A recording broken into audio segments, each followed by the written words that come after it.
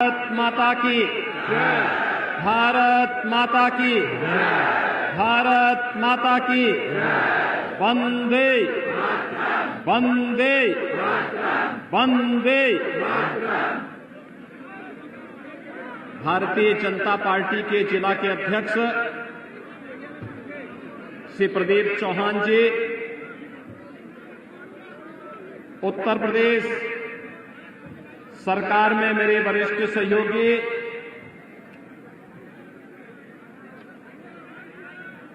प्रदेश सरकार के मंत्री श्री राम नरेश अग्निहोत्री जी, किसनी विधानसभा क्षेत्र से भारतीय जनता पार्टी के लोकप्रिय प्रत्याशी डॉक्टर प्रियरंजन आशु दिवाकर जी, भारतीय जनता पार्टी के मैनपुरी के प्रभारी श्री दिनेश वशिष्ठ जी, पूर्व ब्लॉक प्रमुख किसनी श्री राहुल राठौर जी, ब्लॉक प्रमुख किसनी श्री विशाल वाल्मीकि जी, पूर्व विधायक श्री अशोक चौहान जी, ब्लॉक प्रमुख जागीर श्री मनीष चौहान जी, भारतीय जनता पार्टी के वरिष्ठ नेता श्री प्रेम सिंह साक्य जी, श्रीमती नीता धनखड़ जी, यदुनाथ सिंह लोधी जी, गौरव पाल जी, राजीव प्रताप यादव जी, राम बाबू कुशवाहा जी और आज के इस कार्यक्रम में उपस्थित भारतीय जनता पार्टी के सभी पदाधिकारी, उपस्थित भाइयों बहनों, मयन ऋषि की इस तपोभूमि जिसने आदिकाल से ही भारत के सनातन धर्म के ध्वजा को सदैव ऊंचा रखने में अपना योगदान दिया, मैनपुरी की इस धरती को मैं कोटि कोटि नमन करते हुए आप सबका अभिनंदन करता हूं। भाइयों बहनों, भारत का इतिहास छुपा है मैनपुरी में। मैनपुरी में महाराज तेज सिंह का किला उसका गवाह भी है।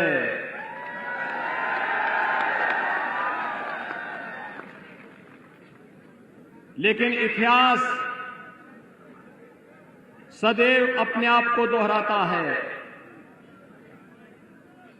बीच के कालखंड में इटावा, मैनपुरी और इस आसपास के क्षेत्रों को बदनाम करके रख दिया था। अराजकता पैदा करने वाले तत्व, राहजनी करने वाले तत्व, दंगाग्रस्त और तमचावादी तत्व सत्ता में काबिज होकर के आम जनता का जीना हराम कर दिए थे। लेकिन भाइयों बहनों, 2014 में इस देश ने करवट ली।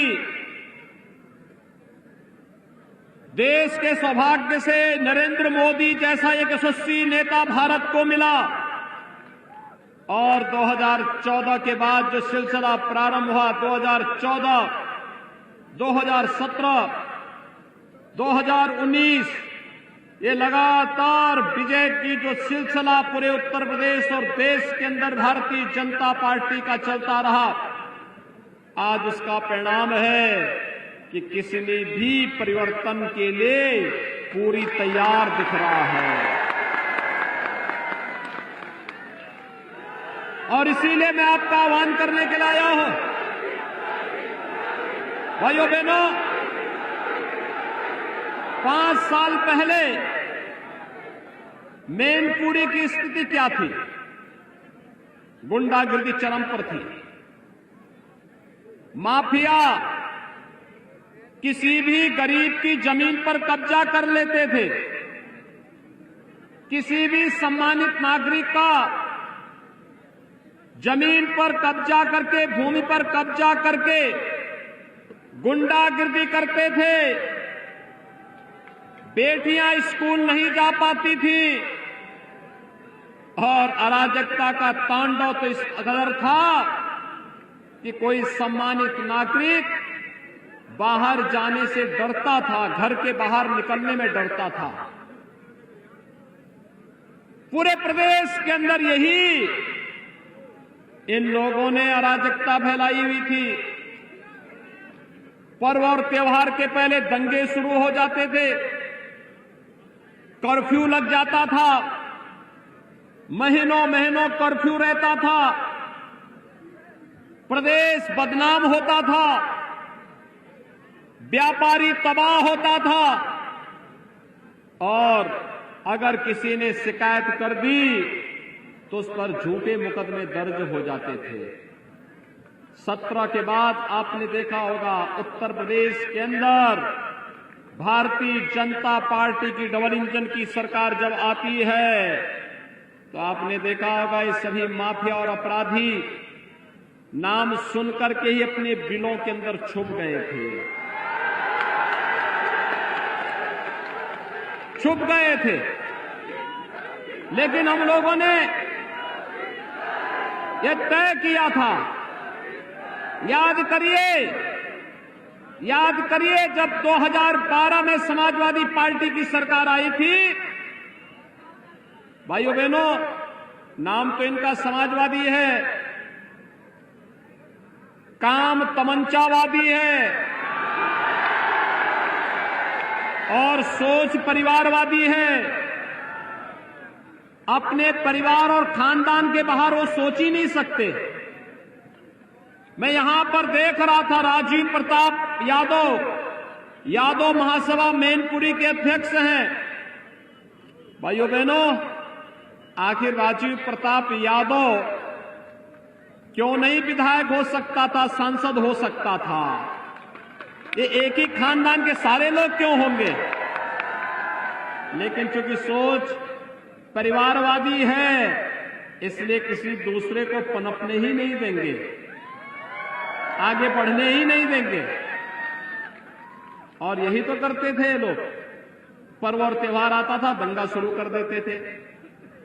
बेटी स्कूल नहीं जा पाती थी, गुंडागिर्दी चरम पर रहती थी। 2012 में जब आए भी ये लोग तो पहले ही अखिलेश जी ने कौन सा काम किया? पहला निर्णय उनका क्या था? हमारी आस्था के प्रतीक भगवान श्री राम के मंदिर पर अयोध्या में जिन आतंकवादियों ने हमला किया था उन आतंकवादियों के मुकदमे वापस लेने के लिए फाइल पे साइन किए। इन्होंने पहला काम यही किया। हमारी फोर्स पर, सीआरपीएफ कैंप पर हमला करने वाले आतंकवादियों के मुकदमों को वापस लेने का काम किया। हमारी कचहरियों पर आतंकी हमला करने वाले आतंकवादियों के मुकदमों को इन्होंने वापस लिया।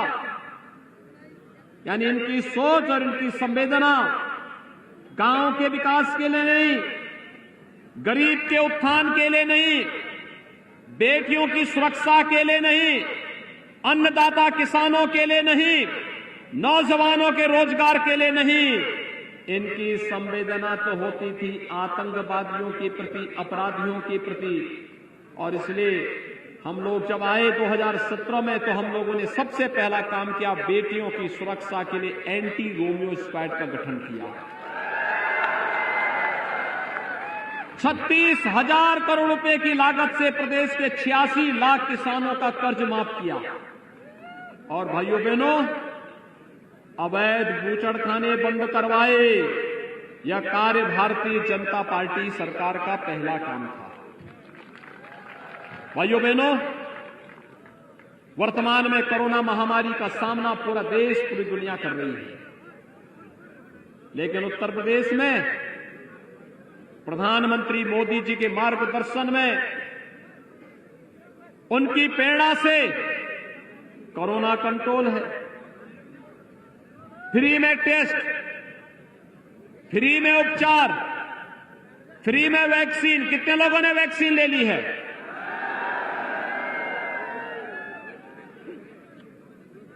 और जो ये लोग बोलते थे वैक्सीन के बारे में कि ये वैक्सीन तो मोदी वैक्सीन है, भाजपा वैक्सीन है, अब आपके पास वक्त है।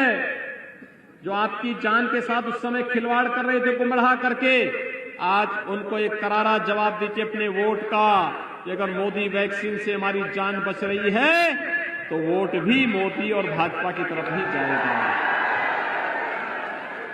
बोलेंगे, जवाब देंगे, जनता को बताएंगे। और भाइयों बहनों, आपकी सरकार है तो भाइयों बहनों, मुझे एक बात बताइए, डबल इंजन की सरकार भारतीय जनता पार्टी की है तो महीने में 2 बार राशन भी मिल रहा होगा ना? मिल रहा है। ये राशन पहले कहां चला जाता था? आज तो फ्री में दवा भी है, फ्री में उपचार भी है, फ्री में वैक्सीन भी है, फ्री में राशन भी है, सड़क भी बन रही है, बिजली भी आ रही होगी ना? पहले लोग बिजली नहीं आने देते थे क्योंकि दिन में तो बमबाजी होती थी और रात्रि को डकैती भी पड़ती थी।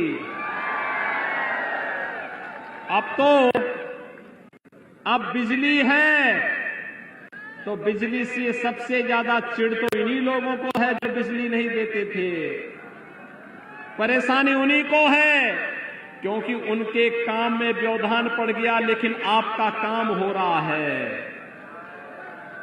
भाइयों बहनों, मैं इसीलिए आज आपके पास आया हूं आपसे कहने के लिए, आज सड़क बन रही है, बिजली मिल रही है, गरीब को मकान मिल रहा है, किसान को प्रधानमंत्री किसान सम्मान निधि मिल रहा है, और भाइयों बहनों, नौजवान के लिए रोजगार भी है तो नौजवान के लिए नौकरी भी है, और हर नौजवान के लिए टैबलेट और स्मार्टफोन की भी हम व्यवस्था की हुई है। स्नातक, प्रास्नातक, ITI, पॉलिटेक्निक, मेडिकल का, इंजीनियरिंग का, कोई भी नौजवान होगा, हर नौजवान को हम टैबलेट और स्मार्टफोन दे रहे हैं। ये टैबलेट और स्मार्टफोन रखा है, वितरण की कार्रवाई चल भी रही है, लेकिन समाजवादी पार्टी चूंकि चुनाव आयोग में शिकायत कर दी है, हो सकता है कुछ दिन रुका हो, 10 मार्च के बाद फिर धड़ल्ले से हर नौजवान के हाथ में टैबलेट स्मार्टफोन होगा। और हम लोगों ने तो ये भी तय किया है, कि अभी तो 1 करोड़ नौजवान को दे रहे हैं, अगले 5 साल में 2 करोड़ नौजवान को देंगे टैबलेट और स्मार्टफोन। ये लोग पानी नहीं पिला पाते थे, आज हर घर नल को योजना के माध्यम से हम घर घर जल पिलाने की कार्रवाई कर रहे हैं। भाइयों बहनों, पिछली सरकारें समाजवादी पेंशन के नाम पर वृद्धों के पेंशन को, विधवाओं के पेंशन को, दिव्यांगजनों के पेंशन को रोकने का कार्य किए थे।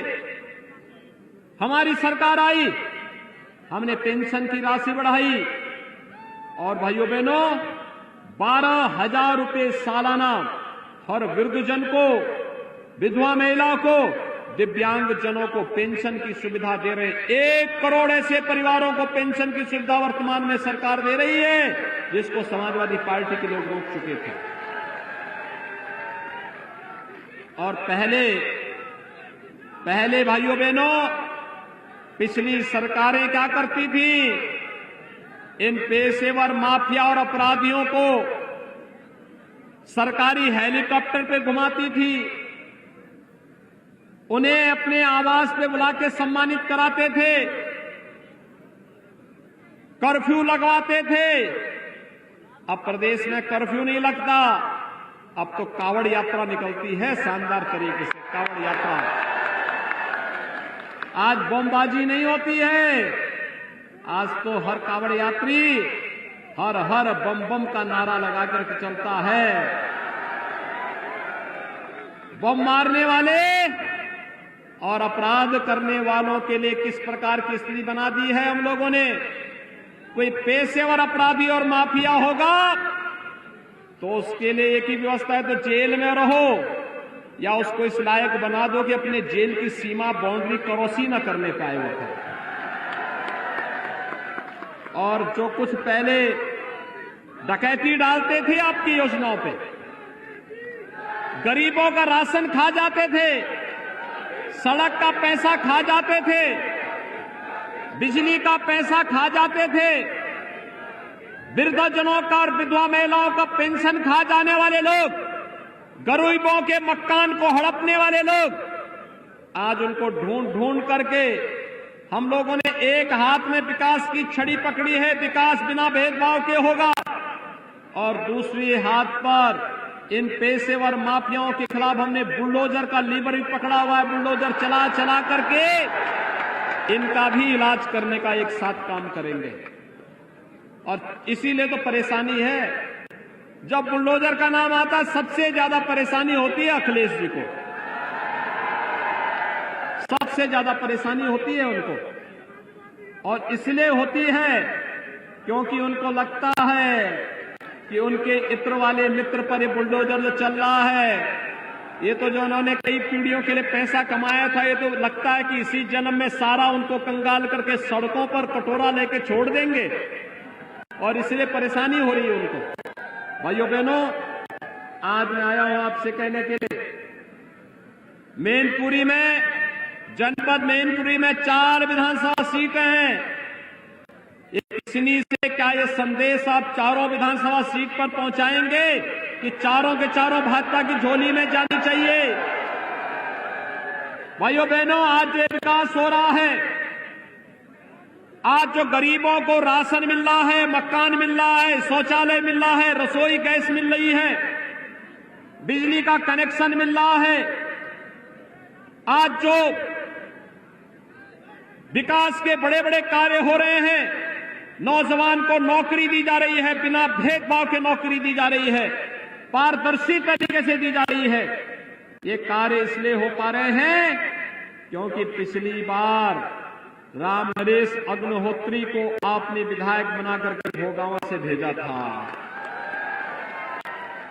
अगर ये 4 विधायक हमारे पास आ जाएंगे भाइयों बहनों, तो फिर ये मान करके चलिए कि फिर भारतीय जनता पार्टी की सरकार प्रदेश के अंदर 350 से अधिक सीट प्राप्त करके इस प्रचंड बहुमत की सरकार बनाएगी, प्रचंड बहुमत की सरकार। आपने देखा होगा अभी मतदान चल रहा है, दूसरे फेज का, दूसरे चरण का मतदान चल रहा है, और 1 बजे तक 40% से अधिक लोगों ने मतदान कर दिया था। अभी 5 घंटे और बाकी है। अगर यही स्पीड रही तो ये मतदान का प्रतिशत 75% तक पहुंच जाएगा, यानी 75% तक जाने का मतलब फिर से डबल इंजन की सरकार का आना, और डबल इंजन की सरकार के आने का मतलब विकास होगा, विकास होगा, गरीबों के कल्याण के लिए योजनाएं बनेंगी, अन्नदाता किसानों का सम्मान होगा, नौजवानों के लिए रोजगार भी आएगा, और माफिया और अपराधियों के ऊपर बुलडोजर भी चलेगा। सभी सहमत हैं? सभी लोग भारतीय जनता पार्टी को चुनाव जिता करके भेजेंगे, घर घर जाएंगे, दोनों हाथ उठा करके बोलेंगे। मैं आप सबसे अपील करता हूं भाइयों बहनों कि भोगांव से श्री राम नरेश अग्निहोत्री जी को, किसनी सुरक्षित से डॉक्टर प्रियरंजन आशु दिवाकर को, मैनपुरी से श्री जयवीर सिंह जी को, और करहल से केंद्रीय मंत्री श्री एसपी सिंह बघेल को भारी बहुमत से विजयी बनाने की अपील करते हुए आप सबसे अपील करता हूं, आपके नातेदार, रिश्तेदार, परिवार के अन्य तमाम सदस्यगण होंगे, उन सभी को इसके लिए तैयार करने के लिए बोलेंगे। सभी लोग सहमत हैं?